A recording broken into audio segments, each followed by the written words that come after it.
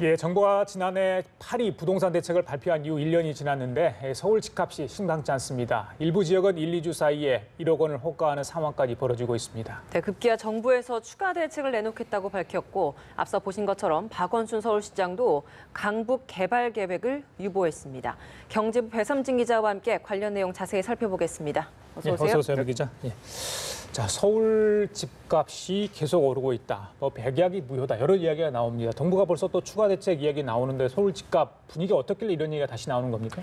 지난 4월에 양도세 중과가 시행됐을 때만 해도 집값이 잡히는 분위기였습니다. 당시 거래된 주택이 12,300가구 정도 되는데요. 이른바 강남 집값은 꺾이지 않는다는 강남 불패도 한 6주 정도 집값이 하락세를 이어갔습니다. 그런데 잠잠하던 서울 집값이 최근에 다시 유동쳤습니다. 예. 지난달 10일 박원순 서울시장이 여의도와 용산을 개발하고 경전철 사업을 하겠다 이렇게 발표를 하니까 여의도와 용산 집값이 먼저 떴고요. 그 이후에 서울 집값 서울 지원 지역으로 확산이 됐습니다. 예. 또 이후에 그 준서울로 통하는 광명시나 과천 또 강남 분당까지 이 확산세가 이어졌는데요. 예. 이 무주택자를 중심으로 집값이 오르고 무주택자를 중심으로 해서 집값이 오르는데 지금이라도 집을 사야 되지 않느냐 하는 그런 분위기가 반영된 것으로 이렇게 보입니다. 예. 근데 지방 큰 손들이 투자한다 이런 소문도 있던데요. 네, 정부에서도 서울 집값의 고공행진이 그 지방 큰 손들이 개입하고 있다 이렇게 보고 있습니다. 예. 통계청 자료를 보시면은 지난달 외지인의 서울주택 구매 건수는 4,600건에 육박해 6월보다 52%나 증가했습니다. 한동안 주춤했던 갭 투자도 다시 늘고 있는데요. 용산과 영등포, 동작, 마포, 양천구에서 1억 원이 뛰는 아파트도 나왔습니다. 이렇다 보니까 대출 규제, 세금 부담 개의치 않고 거래에 나서고 있는데요. 물건이 나오면 일단 사고 보자 그런 심리도 반영된 것으로 보입니다. 예.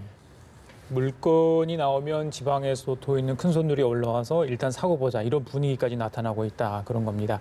자, 이렇게 좀 잡혀가던 집값이 다시 오르면서 박원순 서울시장이 어제 여의도와 용산 개발을 하겠다고 했는데 이걸 다시 보류를 하겠다고 발표를 하지 않았습니까? 배경이 있을 것 같아요.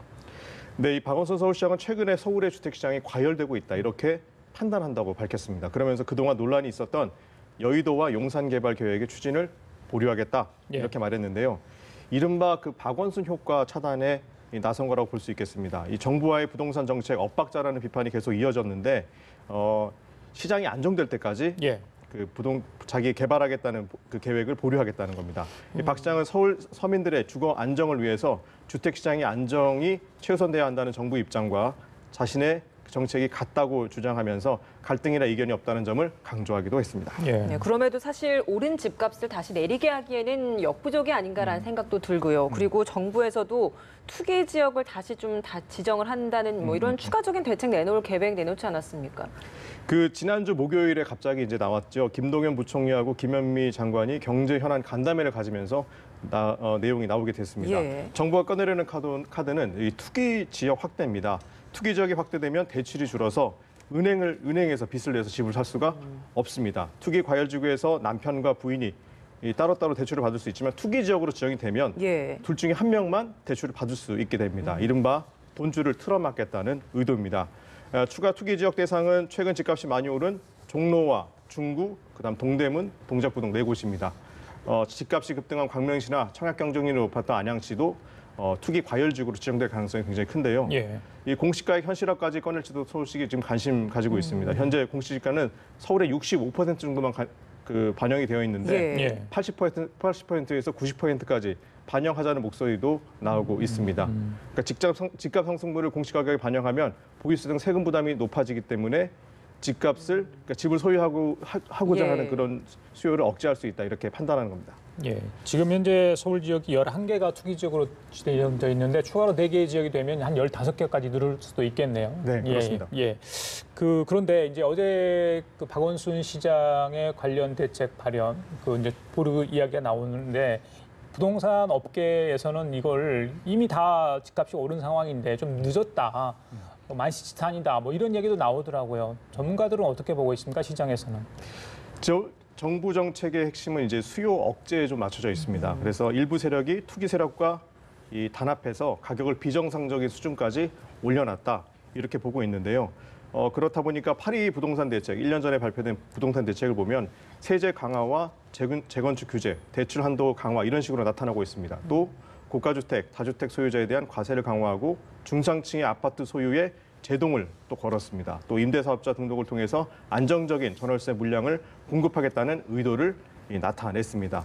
이 정부 대책의 1년 평가를 보면 말씀하신 대로 방법이 틀렸다, 절반의 성공이다, 규제 역설이다, 대체로 이렇습니다.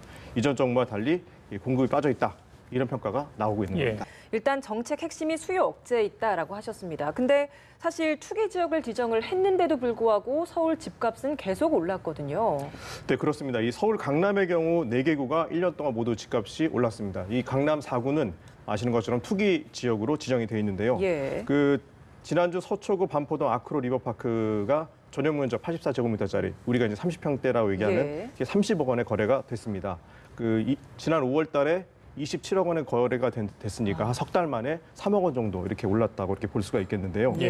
나머지 11개구도 마찬가지입니다. 추가로 4개구가 투기 지역으로 지정되더라도 그 집값이 더 오를 것이라는 기대감이 반영되면 수요를 잠재우기는 쉽지 않겠다, 이렇게 보고 있는데요.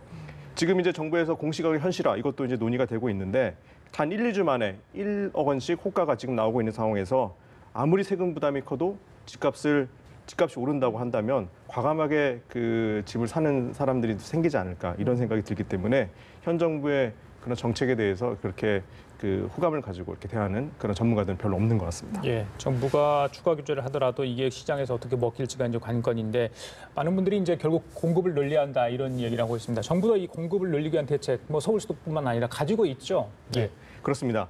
이 서울에 일단은 이제 그러면은 이 집 수요자들이 어떻게 되는지 성향을 좀 분석해 볼 필요가 있을 것 같습니다. 서울에 1억 원 이상 버는 가구가 한 75만 가구 정도 된다고 합니다. 이게 통계청에서 나온 자료인데요. 서울 가구 수가 약 379만 가구 정도 되니까 약 20% 정도가 됩니다.